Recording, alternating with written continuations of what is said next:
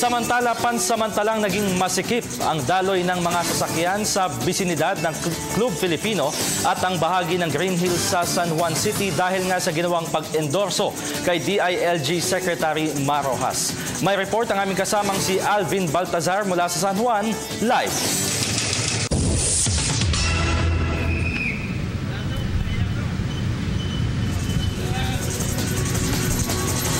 Bantay sarado ang bisinidad ng Club Filipino bago at habang isinasagawa ang proklamasyon kay DILG Secretary Marojas na opisyal na ngayong standard bearer ng Liberal Party.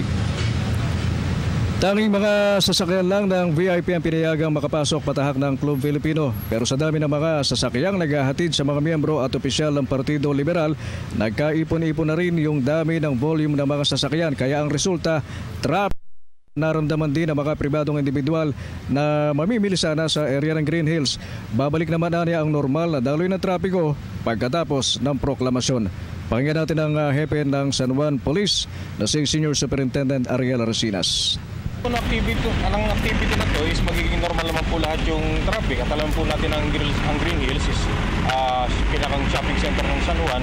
Kaya ang traffic po dito is inaasahan natin na medyo may kasigipan. Pero sa ngayon naman po, dahil nga sa mabigat na daloy ng trapiko na naranasan sa Green Hills area, ilang mga dadalo sa proklamasyon ang nagpasya ng maglakad at bumaba na lang ng kanilang mga sasakyan. Pero ang isa sa mga miyembro ng gabinete na aming nakitang gumawa ng paraan para mabilis na makarating sa venue ng proklamasyon, si DOH Secretary Janet Garin, na nakita natin kanina na nagpahatid na lang at umangkas ng motorsiklo.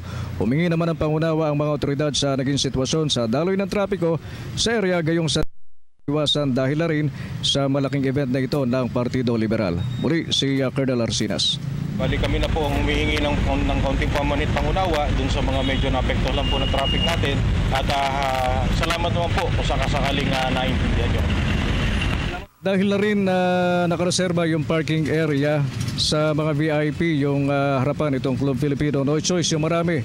Kasama na yung mga miyembro ng media na humanap ng kanilang mga mapaparadahan kahit malayo doon sa area ng Club Filipino.